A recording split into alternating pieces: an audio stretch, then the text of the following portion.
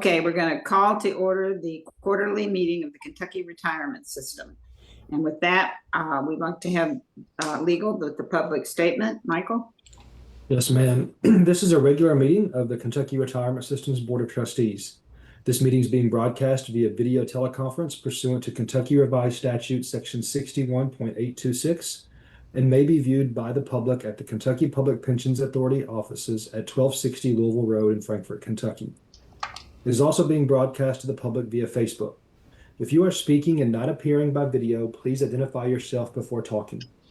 Please ensure that you are on camera when making or seconding a motion or casting a vote. In the event the video or audio broadcast is interrupted, we will attempt to reestablish a connection.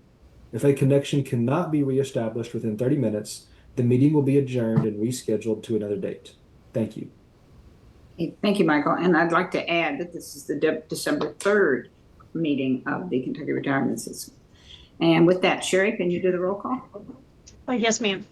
Ms. Hampton? Here. Mr. Atkins? Here. Ms. Bova? Here. Ms. Eves? Mr. Lane? Here. Dr. Miller? Mr. Piercy? Here. Mr. Summers? Here. And Ms. Thompson. Thank you. Okay, thank you very much. Are there any public comments, Sherry? No, ma'am, no public comments today. Okay, thank you. Okay, next on the agenda is the approval of the June 30th actuarial valuations. We have no minutes to approve, I guess. Yes, ma'am, that is correct. You did those the last meeting. Okay, so we turn this over to Danny. You actually all have, you all have me today, if that's all right. Can everyone hear me? Great. Janie Shaw here with GRS. I'm going to keep this short today since we did go through all this material in depth back in November. So Sherry, if we actually could go to page 8 in the board books. So essentially, when we look at the June 30, 2025 actuarial valuations, the main number that we're looking at is this valuation sets the contribution rates that go into effect on July 1st, 2026, and those contributions are in effect for 2 years. So the contribution rates are on this page right here. So you can see the contribution rates are going down since the prior year. So if we look at KHAS and state police, those contribution rates that the board would be adopting are the 18.83% for KHAS and the 54.33% for state police. So you can see if we start with the pension fund there, you can see those contribution rates are going down for the pension fund. Excuse me.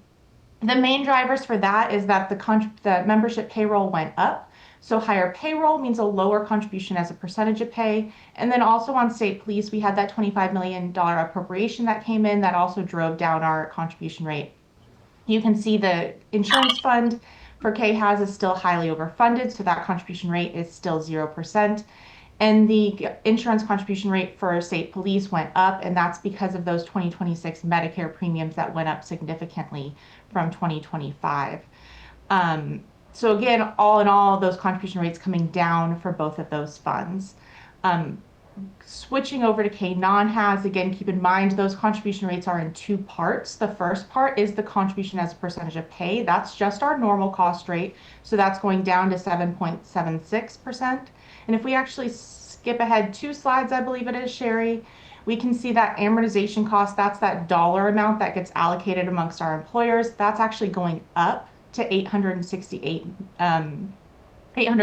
million this year. And again, the big driver behind that is going to be those insurance premiums. You can see that's driving that up.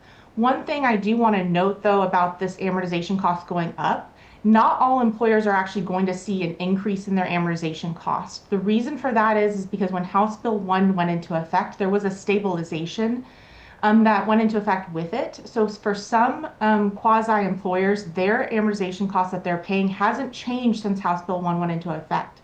So we've actually seen a net decrease in our amortization costs since then. So if some employers are actually going to see a decrease in their amortization costs, some are going to see an increase. It's just going to depend on the employer and how they applied under that bill. But again, those are kind of the big highlights that we saw from this valuation and kind of the contributions that we're going to adopt today. But again, any questions, comments from the board, I'll take those. Are there any questions? Okay, I think I need a motion to approve the 2025 actuarial evaluation results as presented for KRS and SPRS. I'll make that motion to approve as presented. Thank you. Okay, you got that. Thank you all very much. Is there any further discussion? All in favor, please say aye. Aye. Aye. We get everybody there? Okay. Is there anyone opposed? Hearing none, the motion is adopted. And thank you very much. And I guess see you next year. The next on the agenda is the approval of the 27 through 28 contribution rates. And John, you're on for this one.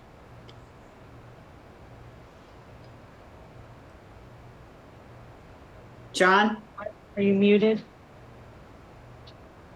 Is that what we just approved? Uh-huh. Okay, Well, there's a rate. Approval of the 27, 20, 28 contribution rates. okay. And what we just approved was adopting the entire report. Oh, okay. Well, contained in that report are the contribution rates. You want me to read you the motion? It's a motion to please. approve the contribution rates for KERS and SPRS for the fiscal year beginning July 1, 2026 and ending June 30th, 2028, Right, as presented by the actuaries. that's right. Okay, that's your motion. We need John's, you That's the can't really motion. make a motion. You need some support from the I'll make that motion for you, Lynn. And I'll Okay. second. Keith. And second? Yes. Second. Okay, thanks. I think that was Ramsey. Okay, is all those in favor, please say aye. Aye. Anyone opposed? The motion passes. Thank you very much. Next, we have Kristen with the internal audit. Oh, no, I'm sorry, maybe this doesn't have a name. Is this Mike? Is this you? Yes, ma'am. Okay, Actually, we got several things to go over today, and in your board books, in a minute, I'm going to introduce our external auditors. They have a slideshow that they're going to go through. That starts on page 231. They also had a letter to those charged with governance. That's also in your board books on page 241.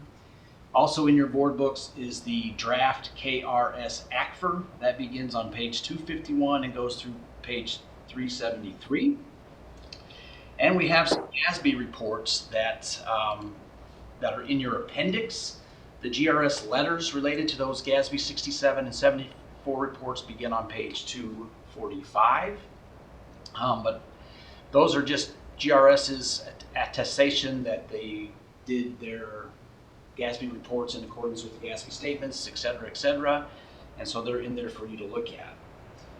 Some of the other items that I want to point out in the ACFR that Eide Bailly will go over is they have two reports included in the ACFR. Right now they are in draft, and the first one is their independent auditor's report, which is pretty much a draft opinion.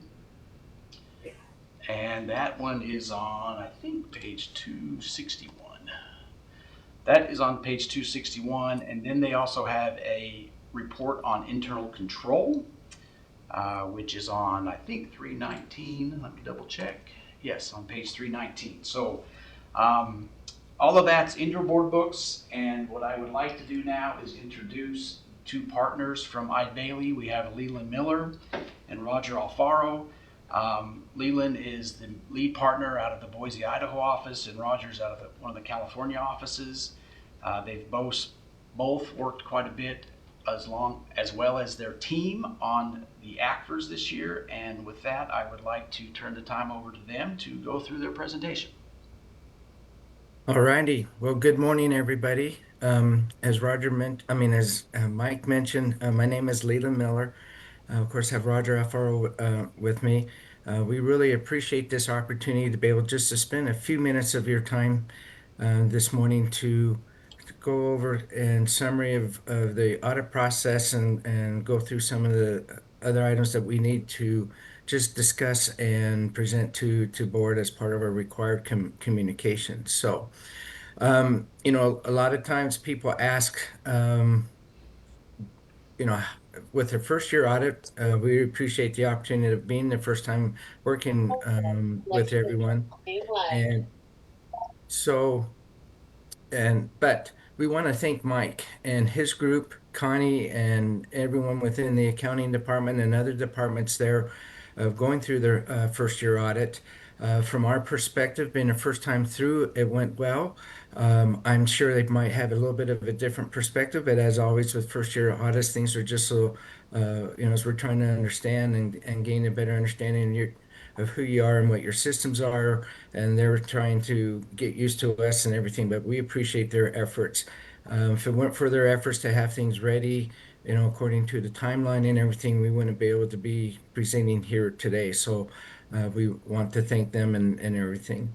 Before I get into a little bit more detail on the engagement team, I just want to briefly introduce Ide Bailey on the big picture perspective, being the first time. We're a top 20 accounting firm here in the U.S. We go from coast to coast, but mainly we're focused in the Midwest and the western side of the United States. One of the largest groups that we have within Eide Bailey is our government services group, providing audits and other services for our state and local clients. But also within our government group is our public pension plans. And so we have over 15 state public pension plans and some local plans that are similar to Kentucky. Some of those include West Virginia, Mississippi.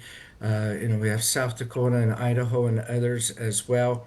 And we've made a big effort in making sure that we've got a good core group of people that understand pension plans. While there are similarities between everybody, everyone's different in how they, from an operational perspective, the different types of distributions and benefits that are available. And so we've worked really hard to have teams that understand that when coming into the audit. So that's just a brief introduction of the firm. Overall, from the engagement team, you've already met Roger and I. And then we also have David Preciado, who is the senior manager, and plus a couple of the senior associates that were on the team. Just wanted to point out just briefly that we have an in-house actuary, but we don't go back through and recompute, recalculate. Basically, we use his experience and expertise just in reviewing the reports from GRS for reasonableness. As auditors, we have our strengths and everything, and we understand that having an in-house actuary just strengthens the team and making sure that we understand what's going on. And so that's basically the overall engagement team. Of course, there's a lot of others that are out there that help our team. So you can go to the next slide. I know you meant to say this, but you of all the states that you audit, you're really happy to have Kentucky, and Kentucky's the best. Yes, of course. And I say that in the sense of course is in the fact that when it comes to pension plans, we find that they're higher quality people because of the complexity and the different things that are there. We have been impressed with Kentucky and the two plans, even though we're focusing on KRS today, but we've enjoyed working with everybody throughout the process. Um, so as Mike alluded to earlier, overall, is being presented as the annual ACFR, and that ACFR is put together by Mike and his group, and that we really didn't do anything when it comes to preparing the financial statements or preparing the footnotes or anything. We do have some other governments not necessarily public pension plans where they do need our help. And so this again alludes to the fact that you've got great people in the right position with the right skill set and everything um, in order to put together these complex financial statements. And so there are two reports in there that are ours. The first one Mike mentions the audit opinion. And as he mentioned, we will be issuing an unmodified or also referred to as a clean opinion.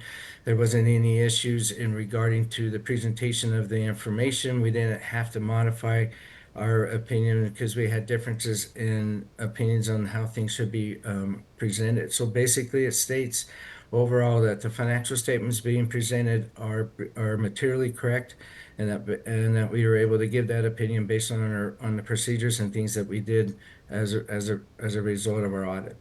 And then the second one is that when we are going through and doing the audit, not only do we look at the numbers, but we're also required to go through and gain an understanding of your internal controls over accounting. And so while we don't test them in detail or issue an opinion on those internal controls or on those procedures that we perform, but we will go through and say and gain an understanding of what are the controls over distributions, and then we'll go through and we'll take a few of the distributions and kind of walk them through the process just to make sure of the controls that are being presented to us are being done, that they're actually being done. And the result of that work and then the other work that we do on throughout the audit, if there are issues or anything that come to our attention that there was a breakdown in those internal controls, then we are required to put those into writing, and that we present that to the board. We're happy to report based on this year on our procedures and everything, we did not, or nothing came to our attention that there's a breakdown in any of your internal controls, and that we therefore there was no material weaknesses or significant deficiencies that we needed to present to board, nor do we have any control deficiencies, which are typically verbal management comments to management saying, hey, we noticed this, it's not a grave concern, but we just want to give you a heads up. And we did not have any of those three types of findings for this year. So again, all these things that I've been talking about just allude to the accounting group and their efforts and everyone's efforts. You know, having good internal control starts at the board level and it filters all the way down to employees and staff at all levels. And so this is a representative of everyone's efforts of one, having the controls, and two, taking them serious and following them for the importance of things that they are. So we're happy to report that. The one last thing I want to just briefly touch upon before turning it over to Roger is that we are planning on issuing this report no later than this Friday, as is anticipated. And so overall, again, we appreciate everyone's effort to get us to this point. So I'll go ahead and turn over the time to Roger for some more additional slides.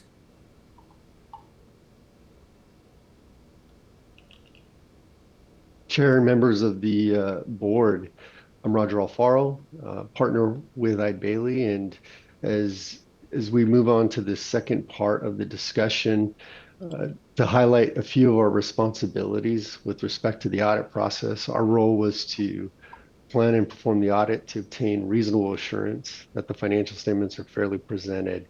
One of the things that we highlight is that the audit does not provide absolute assurance. It's a high degree of assurance, but due to inherent limitations in internal control as well as the audit process itself, we always point out that it's reasonable assurance. As part of the audit process, as Lee shared, the board has a governance role, and management's responsible for carrying out various activities for internal control, fraud mitigation, drafting and preparing the financial statements.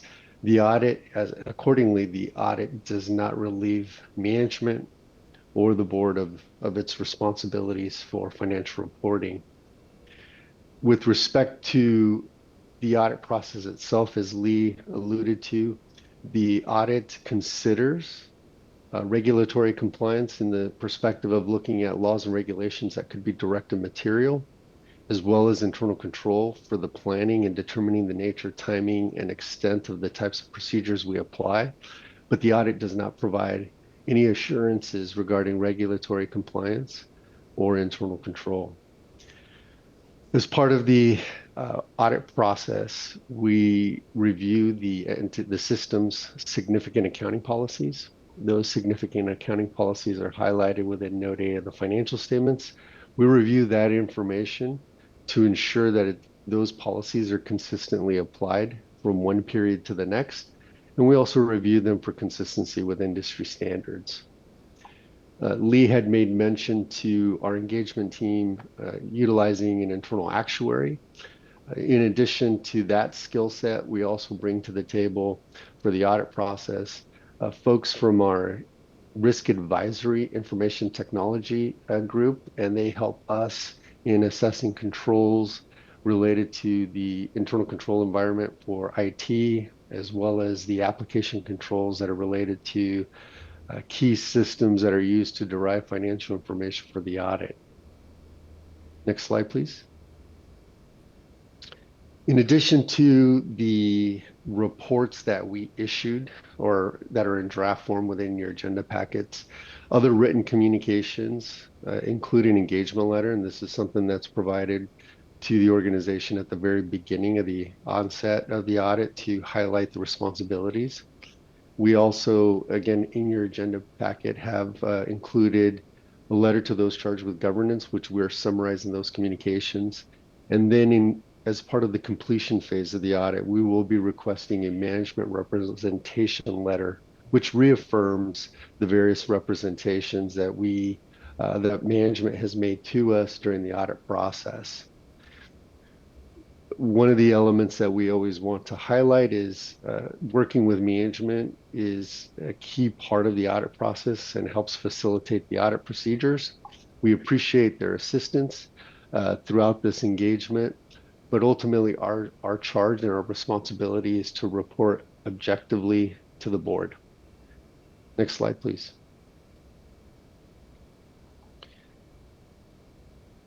During the audit process, we're not aware that there were any consultations with outside accountants related to audit issues. This would be similar to obtaining a second opinion. If those things did occur, we'd have a duty to report that out. Again, we're not aware of that any outside consultations occurred.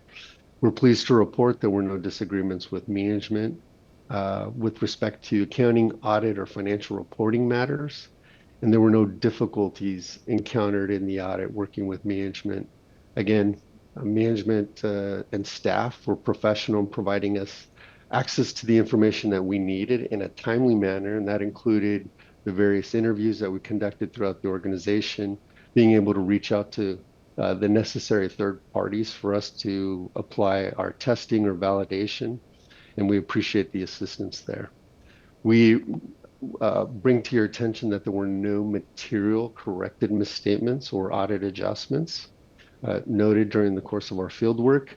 We did identify and include in your communications that there were past adjustments, or past differences are those items which, when we apply our procedure, we determine there's a difference based on the evidence with what the amounts are recorded within the trial balance.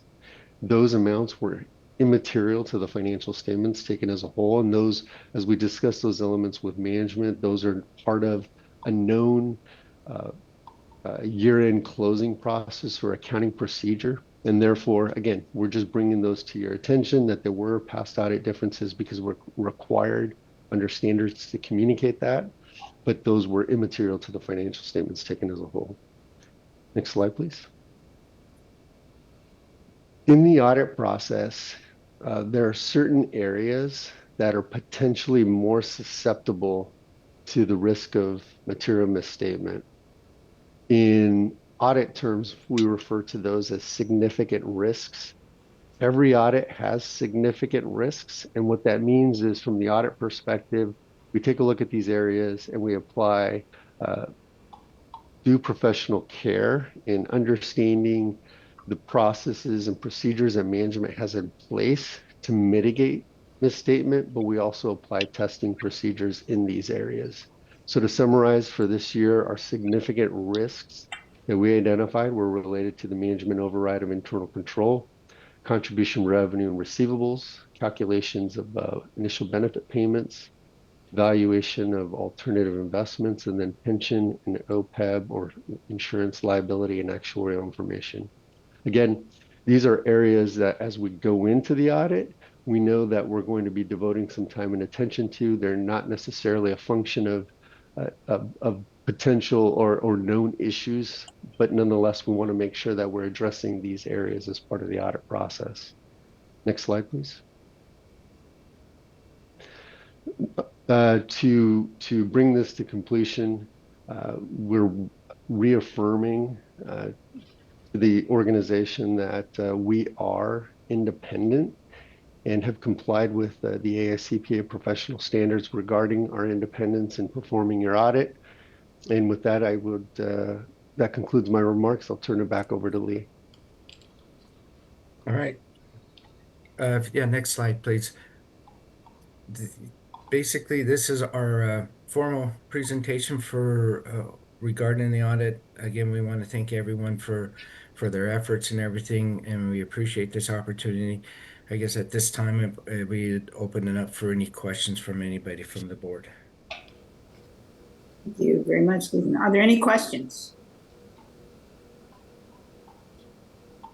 Mike, do you want to add anything? I just want to thank Ide Bailey. They've been great to work with. They started a little bit late due to our procurement process running long, and they jumped right in and took care of business. They did do a lot of work, and I want to thank the KPPA staff. That includes everyone from investments to our trustees to our accounting clerks that met with them and discussed their processes, and that allowed them to perform this audit in a timely fashion. So I want to thank them and all the KPPA staff. So appreciate it. Mike, I just, and Ryan can hear this too for sure. You know, when I first started, you weren't on board, and our audits were always done on time, but they weren't quite done as smoothly because now we have you kind of heading it up, and I want to thank you and yourself and your staff for a really good audit and a really smooth audit. Appreciate that. So with that, we need a motion. The motion is to approve the KRS external audit for fiscal year ended June 30th, 2025 as presented. And will someone make that motion, please? So moved. Thank you. And second? I'll second. Thanks. Okay, is any further discussion? Okay, all those in favor, please say aye. Aye. Aye. Opposed? Aye. Hearing none, the motion is approved. And again, I want to thank our auditors and see you next year. The next thing on our agenda is, here, I turn the page. The trustee, let's skip the page. Okay, the next thing on the agenda is, we have a couple more motions with this, don't we? Okay, the second motion with this, with the auditor, is a motion to approve the GASB 67 and 74 reports. Are we going to have a presentation on that, Mike? No, the letters are in there, and the disclosures related to those reports are in the ACFR. So, but those reports do get published to the website upon approval from this board, as well as the KPPA board. Okay, thank you. So we'll need a motion to approve the GASB 6774 reports. Would someone make that motion, please? I'll make the motion to approve the reports. Thanks, Ramsey. Second, I think I heard a second. Any more further discussion? And then all in favor, please say aye. Aye. Any opposed? Hearing none, the motion is adopted. And the last motion that has to do with the audit is a motion to adopt the KRS ACFR as presented and to send it to the KPPA for publication. So would someone make that motion? I'll make the motion. Okay, thank you, William. Second? I'll second. Thanks. Okay, all those in favor, please say aye. Aye. Aye. Opposed? Hearing none, the motion is adopted. And thank you very much. 7, Connie, you're going to talk about the GFOA ACFR letter. Good morning. Lynn, this is John Chilton. You need to adjust your camera. I do, huh? Thanks. Got to figure out how to do this. Okay, let Connie go ahead and I'll work on it. I'll say. Good morning. If you turn to page 374 of the board books, I think, this is the letter to the GFOA for their suggestions that they made on our 2024 KRS ACFR. And there were 4 suggestions that they made. The first is on the table of contents, requesting the same font be used for the financial statements and for the notes to financial statements. So for the 2025 KRS ACFR, the font is the same for those. And then the second is on the required supplementary information, RSI, and the other supplementary information that they should clearly indicate that they are part of the financial section. For the 25 ACFR, the table of contents depicts that they are. Also, the essential sections of the ACFR are color-coded to depict each section. And then the third suggestion was that the note should disclose the post-employment benefit plan as a single employer, agent multiple employer, or a cost-sharing multiple employer plan.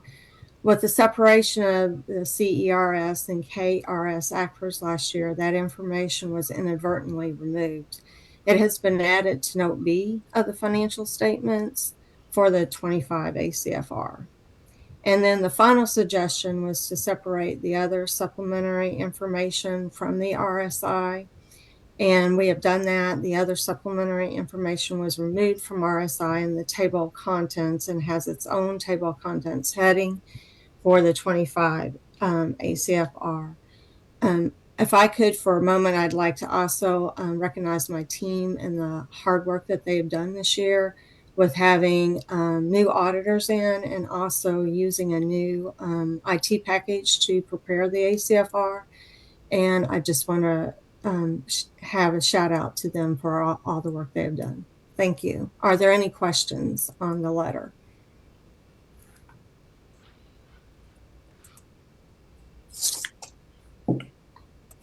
Okay.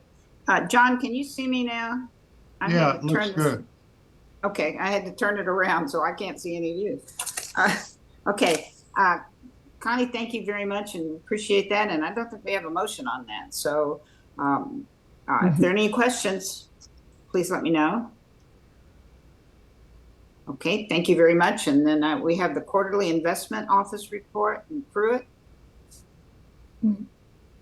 Yes, I'm going to turn it over to Steve, but I just we did have a investment committee meeting, and the investment committee unanimously approved the retention of a new manager, and I'll let Steve go into a few of the details for the full board, but it was very favorably received by the investment committee. Thank you, Pruitt. Good morning. Yeah, well, if we'll cover the specialty credit recommendation first, and then we can provide kind of the investment update. So page 380, please, Sherry. Thank you. We are excited to bring this specialty credit investment recommendation to the board for ratification. And I'd also like to commend Brian, Ian, and Wilshire for their hard work to finalize this recommendation. It was a lot of work. I'm sure as you saw in the material, this was a very robust and thorough search. And the recommendation is one that we believe will benefit and add value for all of the portfolios. The specific recommendation that was unanimously approved by the investment committee, as Pruitt mentioned, is to replace Shankman Capital with Oaktree Capital Management as the manager of the bank loan mandate for all KERS and SPRS portfolios, with an allocation of up to 25% of the specialty credit IPS target allocation for each respective portfolio, of course, pending successful investment management agreement negotiations. This bank loan mandate is part of the portfolio's specialty credit asset allocation. The current target allocation for the specialty credit asset class is 20% of the total market value for the KRS and SPRS pension portfolios and 25% for all of the other portfolios. Currently, all portfolios are right at that target or their specific target or very near that target. This recommendation is not intended to increase exposure to the specialty credit asset class, and we do not anticipate changing the allocation to the public bank loans specifically in the near term, but it does provide the flexibility to manage the overall exposure within that specialty credit asset allocation. And I would also like to note how this process and recommendation highlights another element of staff's investment process. We've had several investment recommendations recently, including a discrete search to replace an underperforming public equity strategy, as well as recommendations resulting from our continuous search process that identifies and diligences new compelling investment opportunities on an opportunistic basis. This recommendation is really a combination of both a discrete search process as well as kind of that continuous investment evaluation process that staff is conducting. The current public loans manager in the portfolio, which is Shankman, has been managing assets for the systems for about 15 years. And while the portfolio's performance, I think, is best, both from a short-term and long-term perspective, is best characterized as underwhelming, there were not material concerns with the strategy or firm that necessitated a search for a replacement. This came about through the monitoring and interactions with the universe of bank loan managers and strategies that Brian and Ian undertake. And they determined that a formal search would be warranted and could benefit the systems really through more efficient deployment of capital and utilization of our risk budget. So with that, I'll turn it over to Brian and Ian to provide details and answer any questions. Thanks, Steve. For board members not on the investment committee, I'll briefly touch on the search process. So Sherry, if we go to page 381, please. Thank you. Kind of towards the bottom. Yep, that's good. We started with Wilshire's U.S. bank loan universe and focus lists. After review and screening, we sent an RFI to candidates, including the current manager. A quantitative assessment was conducted, and I'll turn over to Ian to explain the analytics. Yeah, sure. Thanks, Brian. Yeah, just quickly on page 384, we can start there. So from a quantitative standpoint, our goal was just to find managers that were able to deliver, strong, consistent, absolute returns, with a particular focus on the ability to outperform in down markets and limit drawdowns. So to reach our finalists, we ranked 8 candidates based on the performance measures listed in the memo, and then weighted those results. So the final score yielded three managers, which we consider to be high conviction candidates, since they demonstrated strong, consistent, absolute, and risk-adjusted performance, as well as strong downside protection. So on 384, this just shows the return versus the volatility of those returns across the various time periods. And so managers in the upper left quadrant scored highly in the assessment because they delivered above average returns with below average risk. And then on the next slide, 385, we took a look at the information ratio, which is the active return of a manager versus compared to its benchmark. And so looking at our 8 candidates here compared to the universe, if you exclude our current manager, the candidate pool scores in the top half, with our 3 finalists coming in the top quartile across those 3 time periods. And then lastly, on page 386, we're attempting to capture the manager's ability to deliver consistent returns across various market environments, with a particular focus on relative performance in down markets. So ideally, you want the bubble to be the top and to the left of the index bubble, small relative to the other bubbles, and then shaded blue or gray. And so you can see that our 3 finalists all exhibit those characteristics. I'll turn it back to you, Brian. Thanks, Ian. Sherry, we can go back to page 381. Thank you. Based on that analysis, as Ian said, there were 3 finalists were selected for due diligence meetings. After interviews and discussions, Oaktree emerged as the preferred manager based on risk discipline, performance, team structure, and cost. And speaking of cost, there will be meaningful savings in management fees. Oaktree requested a redaction for the public meetings, but board members should have a non-redacted version. we'll be happy to take any questions if anybody has any.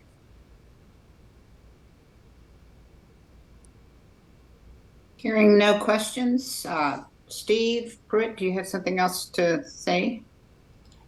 No, I think staff did a great job on this, and I think we look forward to using continued using such disciplined approach to manager selection. It's great. It's great. Okay. With that, we'll need a motion, and the motion is to ratify the investigative committee's recommendation to replace Shankman Capital with Oak Tree Capital Management. Would anyone like to make that motion? I will make that motion. And I'll second. Okay, thank you. Any further discussion? Hearing none, all those in favor of the motion, please say aye. Aye. Aye. Aye. Any opposed? Okay, the motion passes. Thank you very much. And then my quarterly financial statements. Yes, ma'am. Thank you. Sherry, we're going to go to page 456. And near the bottom of that page, you can see that the KRS total fiduciary net position is at $10.3 billion as of September 30th. That's up 13.47% or $1.2 billion from the prior year September 30th amount. The three pension plans total $7.4 billion and increased 16.18%. And the three insurance plan total $2.9 billion and increased 7.18%. In the middle of this same page, you can see the total investments at fair value have increased overall by 15.09% or by $1.3 billion. The largest increase in value is with public equities, which is up 18.46% or $587 million across all plans, followed by specialty credit and core fixed income. If we scroll down to the next financial statement, which is a statement of changes in fiduciary net position, near the bottom of that page, you can see there's a $466.6 million. That represents the change, in this case, an increase in the fiduciary net position for the first quarter. And in comparison, the same first quarter last year, that change was an increase of $507 million. So this year's is 8.02% lower or $40.7 million in comparing quarter to quarter. This lower amount of $40.7 million between the current year and the prior year is due to lower overall net investment income. That's $39 million less. Benefit payments being $7.3 million higher, offset by increased member contributions of $2.6 million and increased employer contributions of $4.4 million. We can get into some of that detail in the contribution reports, which are on 458.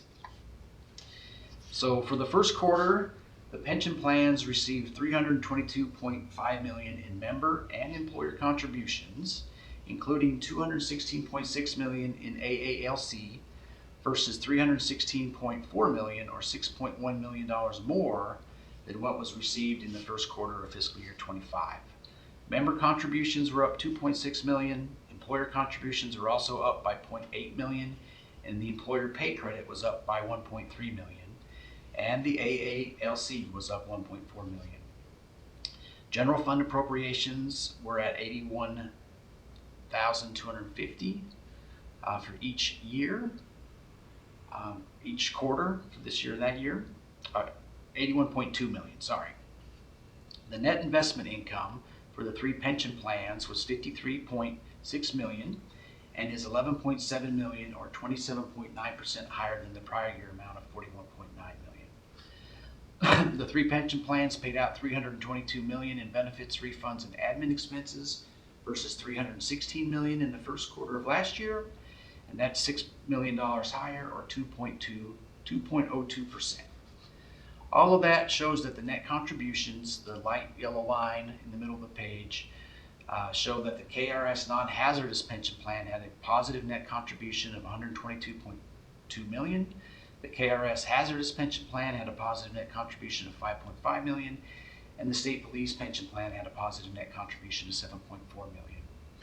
When we remove the net investment income of $39.7, 8.3, and 5.6 respectively, the non-hazardous plan remains positive at 82.8. The hazardous plan is negative at 2.8 million, and the SPRS is positive at 1.8 million. The insurance plans, we'll just start with the net contribution line there, showing that the non-hazardous insurance plan is negative 1.7 million. The hazardous insurance plan is 0.9 million, and the SPRS plan is negative 2.2 million. And again, if we remove the net investment income of 12.6, 4.6, 1.9 respectively, we get negative cash flow of 14.3 million, 3.7 million, 4.1 million.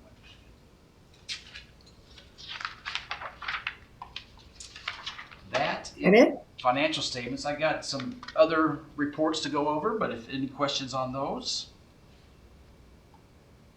Any questions? Okay, Mike, All right. you've got some more things to The next discuss? one is the past due invoices from employers as of September 30th, and this is the top 10 Right. along with the categories.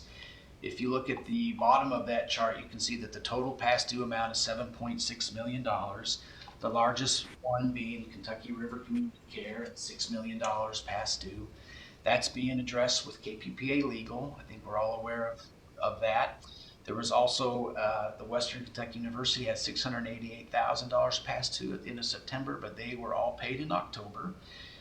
So in general, there was also several other employers that had past due amounts at the end of September that have since been paid. And you know, I have 5 of those. And so basically the outstanding amount that is still outstanding is just the items that are with legal for the most part.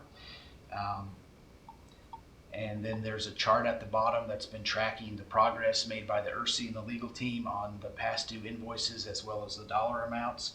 And that we started that at June 30, 2024. There was 1,139 individual past due invoices totaling 7.1 million. And as of September 30th, there was only 485 past due invoices totaling 7.6 million. So a little higher total. And again, most of that's tied up in the one large employer. The next page is the penalty invoices that got canceled, paid, or created during the quarter. There was 12 penalty invoices that were waived or canceled for a total of $12,000. Most of that had to do with KPPA system issue. And then we had 1 penalty invoice created during the quarter. That means that only 1 employer was late in reporting. And then 7 penalty invoices were paid totaling $7,000 for the quarter. And then the next chart is our admin costs for the KPPA. And if you just want to keep it on that page for a minute, I'm going to read some comments. So the personnel line item, KPPA has spent $9.1 million through quarter 1, which is 24.22% of the annual budget, leaving 75.78%. This is 3.23 higher than last year's first quarter. KPPA has spent for legal and auditing services $161,000, or only 7.81% of the annual budget, leaving 92%. We basically haven't received all of the invoices yet related to the ACFRs, so we just received them actually last month, so they weren't in the first quarter. All other personnel categories are well under budget through the first quarter. And then the operational total, KPPA has spent $1.5 million in the operations category, leaving 78.06% of the budget for the next 3 quarters. In total, the total admin expenses for quarter 1 were $11 million, which was 2.44% higher than the prior year's first quarter.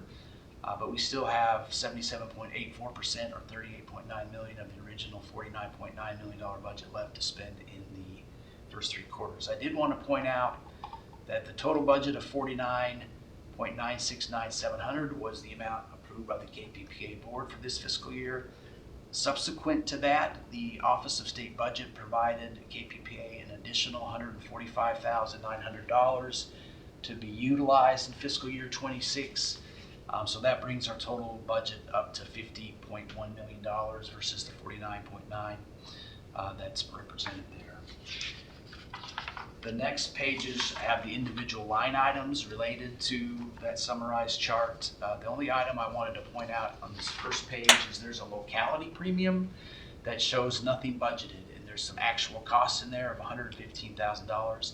That locality premium relates to specific positions at KPPA. that when worked, they get paid an additional amount. We have that captured in our budget under salaries and wages. So even though we don't have a budgeted amount broken out there, it is captured in the 22.4 million salaries and wages budget item. But we do want to represent the actual for that locality premium as we go through the quarters so that we can see how much that costs the KPPA. And there's only one line item I feel like is a little bit over budget for first quarter, and that's the employee paid health insurance. So we spent just over 25% of that in the first quarter, so that'll run pretty tight through the entire fiscal year. And I guess you don't expect that to go down.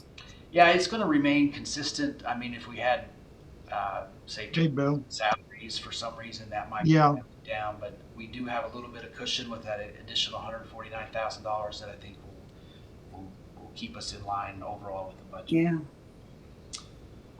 Then at the bottom of that page, or the next page, is the hybrid percentage, and that shows how that $11 million spent in the first quarter has been allocated to the 5 pension plans based on the approved hybrid percentage. And the next page just is tracking of the JP Morgan interest earned. We no longer pay fees to JP Morgan. It's all included in the package, and we have a little bit lower interest for giving up fee calculations, but that's what's been earned for the first quarter. And I believe that's all I have. That's it? Yes, ma'am. Okay, there's a lot of material that's been presented. Any questions on any of it? Yeah, Lynn. Mr. Chilton. Go ahead, Mr. Chilton. Yeah. Mike has been working, Mike and his team have been working on the reformatting and revision of procedures related to the accounts receivable. And just wanted to say I really like the format and appreciate your initiative on improving that process. Thanks for bringing that up, John. Okay, Sherry, did you have something? No, I was just acknowledging Mr. Chilton's question. Okay. Okay, well, there's no motion on the financial statements, so we'll move into Duan and the hazardous duty report. All right, good morning. Morning. Currently, Kentucky State Police has their helicopter pilot 2 position approved for hazardous duty. KSP is now requesting the positions of pilot and helicopter pilot, which is really the helicopter pilot 1 position, to be approved for hazardous duty as well. KPPA staff has reviewed the positions, questionnaires, and job descriptions submitted, and I believe these positions do meet the statutory guidelines for hazardous duty. If anyone has any questions, I'm happy to answer them. If not, I would like to request the board to approve these positions for hazardous duty coverage. Okay. Okay, so Duan, if I hear you right, our staff agreed that these people could move into the hazardous duty category. Yes, they currently have a helicopter pilot 2 position approved, and we have others in KRS that has pilot positions approved for hazardous duty as well. Okay, that sounds great. Okay, Duan has described the motion. Would someone like to make that motion? So moved. Second. Is there a second? Okay, great. We have a motion and a second. Any further discussion? Hearing none, all those in favor, please say aye. Aye. All those opposed, please say nay. Or no. Okay, hearing none, the motion is adopted. And thank you very much. Thank you very much for Duan. Thank you. And what do we have next? We have the KRS Trustee Education Policy, and this is going to be Michael Board and John Chilton. All right, thank you all very much. I'll try to be as brief as I can while also going over the big changes to the policy that you guys have. And I know yesterday you guys were provided a red line version of this, and I want to apologize for not getting that into the board book sooner for your review. But we did think it was important that you see a red line version of kind of what's being changed in this document. And I will walk you through those changes. And I think, Sherry, do you have the red line version that you could potentially share? Um, but the main changes, and I'll try to focus on just those main changes here, um, are uh, to the purpose of these changes. Let me back up there. Were to provide some consistency, some clarity, and some ease of administration of this document and this trustee education program.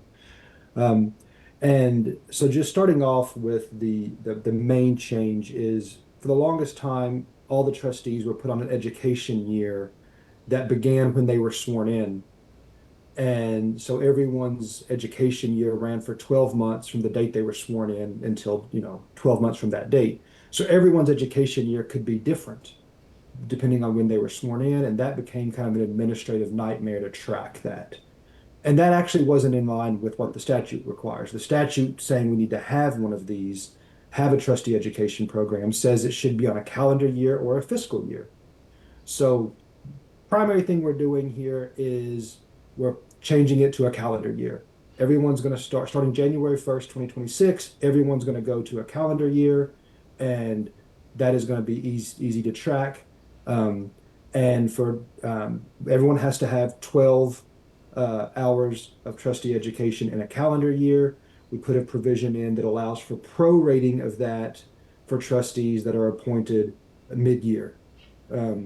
Or are elected mid-year, because we know our elections take place and then the elected trustees come on April 1st. So in that first year of being elected, we have, they don't have a full 12 months. So there's a provision in the document to allow for a prorated first year um, to only have to get a certain, however many months are left. It basically breaks in down to one per month. So that's in there. We added a few things that are going to be counted as educational activity. You can see there in on the screen now under definition 2, a few other topics that will count as trustee education activity. So that was added. We also added the state's ethics code training is going to count towards a board approved training. One of the other things we wanted to provide some clarity around was regarding payment of the per diems. The current policy is a little silent on this, and this is down at the very bottom of the policy. It's in section, I think section 10 of the policy, Sherry. And that is the current policy just basically says that if you're not compliant with getting your hours, then your per diems are going to be withheld until you're compliant. It doesn't say anything about what's going to happen when you become compliant, whether you get back pay for the time you were not compliant, or whether you just start getting paid again from the time you become compliant forward. I worked on trying to get some clarity around that. I worked with John Chilton. I worked with Ed Owens trying to get a consistent policy between KRS and CERS, so for ease of administration. And still need to do a little bit of language. I think Miss Eves, who's not here today, sent me an email last night and requested a little bit more clarity in the language on this issue. In the last bullet point you see there in the section is actually section 9, not 10. But in working with the CEOs, wanted to be sure that trustees do get the back pay for the per diems that may have been withheld for the time they were not compliant.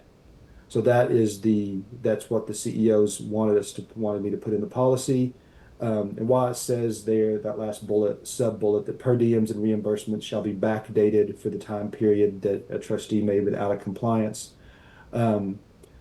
Ms. Eves' concern was that we're not backdating the payments. The payments aren't going to be dated back then. The payments are you're just going to receive the pay for when you were out of compliance once you become compliant. She wanted to make sure that we weren't backdating a payment. And so she asked for some clarity around that that language, and so I will make that adjustment.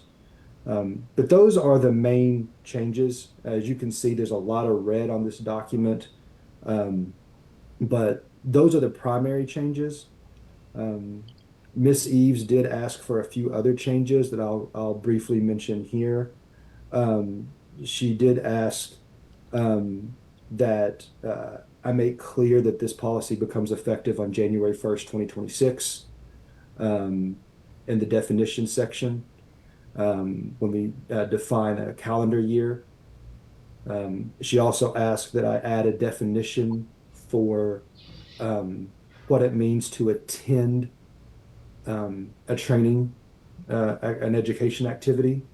That it can mean to attend in person or virtually. She asked that I add a definition around that issue. And a few other wording changes that primarily, Sherry, if you could scroll to section 8 of the policy. I'm sorry to ask you to jump around, but we use a phrase we should have used a different phrase, section 8 and subsection 3. If you'll scroll down, where we say to document and track service credit, we actually need to change that phrase to credit hours, because that is the defined term we use in the policy, is that for tracking the credit hours. So those were the changes that Ms. Eves had asked that we make, and I will make those changes. But I'm happy to answer any questions from the trustees about this. But that's where we are. That's the document that we have today for you guys' consideration. Michael, I have one question. Sure. I wrote you about. I understand that we're going to not be members, I guess would be the language, of BoardSmart, but I wanted to have the question is, can we still take classes? I have encouraged people to look at BoardSmart. They have classes for trustees that nobody else has. And yes, we're going to learn a lot from the things that we're going to be doing, but as far as board management, I would hope that we could take those on a one-off basis. And so I'm asking the question probably of Ryan, but this is the opportunity. Yeah. Again, that may be a bigger question than me. I can say that is a change that's in the policy. I didn't note it, but right now we don't have BoardSmart licenses. That was a program we had licenses for a while. It's my understanding, and maybe Ryan or Sherry could speak to this a little more clearly than I could, or maybe even Aaron. It's my understanding that was not something that was utilized very much, on a broad scale, and so we discontinued those licenses. And so I don't think it's able to be utilized. And so that is something that was an approved activity per this document. And we've taken that out because we simply don't have the licenses. So Ms. Hampton, to answer your question, I don't know if there's an ability without licenses. I don't think there's an ability to still take courses on there, but I can't answer that question. Someone else would have to. Would someone else find out for me? We can, Ms. Hampton, yeah, we can definitely look into that, but I think Michael's right. Without a license, we wouldn't be able to utilize the trainings, but we can definitely look into that and let you know. Yeah, I guess I was one person that did utilize it. And again, I thought it was pretty good in a lot of areas, not just board management, but also actuarial areas. Okay, so let me see if there's any questions on the board education policy. Yes, Ms. Boba has her hand up, as well as Mr. Chilton. Okay, and Sherry, since I'm not looking at the pictures, you'll have to tell me when that happens. So, yes. Ramsey, you have a question? Yes, just wanted to confirm if can we still apply outside industry education to these credits? Yes, that's still part of the program. That's still part of this document. You can still apply those credits. Just go through the normal process you've gone through. Let your CEO know that normal process. So great, thank you. No problem. Okay, and was it Dave that you had a question? That was Mr. Chilton. Okay, John? Yeah, Ramsey covered my question, so that's good. Okay. Okay, great. Okay, so without any further questions, we'd like to have a motion to approve the amendments in the KRS trustee education policy as presented. So would someone like to make that motion? So moved. Second? Second. Second. Okay, second and third. Okay, so without any further discussion, all those in favor, please say aye. Aye. Opposed? Okay, the motion is passed, and thanks again to the people that did the work to get this done. And again, I think it kind of came up when you all were doing the impact study. So at some point, will you, Sandy or Sherry or whoever does it, send everybody a note of where they are for 2025, since this is still the policy for 2025? Yes, ma'am. I know that Sandy does those quarterly reports to both the CEOs as well as the trustees. So be looking for those coming out soon. Okay, and if I'm not mistaken, there was at least 12 hours at the impact. Is that correct? There were more than 12 hours. Okay, so we know we're all in compliance for 2025, but it'd be good to have a record of it. Okay, John, CEO update. Yeah, it's only been 3 weeks since we had our last meeting, but during that time, we had an audit committee meeting, a perimeter PPW meeting about the building operations, an investment committee meeting. I continued to work with staff on the securities trading policy, which will be coming to you probably at the next quarterly meeting. And Lynn Pruitt and I had a meeting with KRS management to talk about coordinating our efforts. But there's no result from that meeting. We'll report on details on that at a later date. Yeah. I think on that, John, I think what we agreed upon is we would both sides would draft sort of where we think there's agreement between the two boards and where we think that there's not agreement. Is that pretty much the summary, John? Yeah. That's right. Okay. So hopefully this will move us into not having little skirmishes here and there. Anything else, John? That's it. Okay. Thank you very much. Okay, Ryan, the Executive Director's report.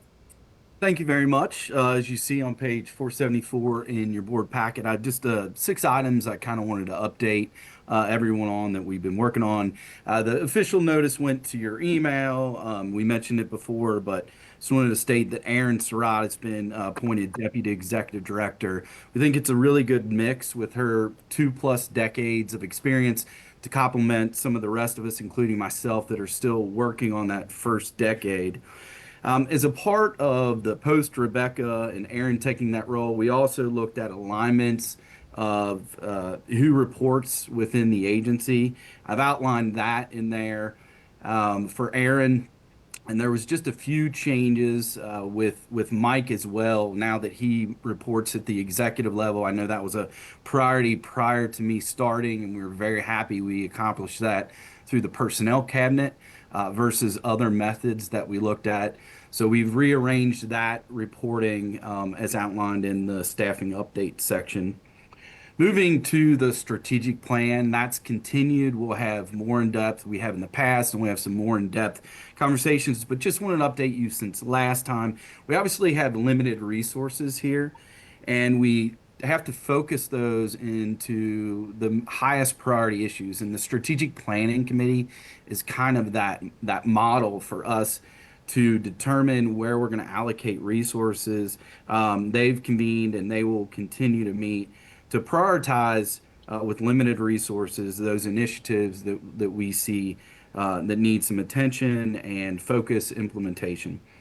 A couple of the things that we have accomplished: the survey team In addition to previous surveys that we had, we now have a phone option. So those that only communicate with us by phone, which there are a portion of our members that do that, they have a survey option as well, similar to the other members in the past. The Leadership Academy with the mentoring is getting close to completion. It'll be completed here in this month.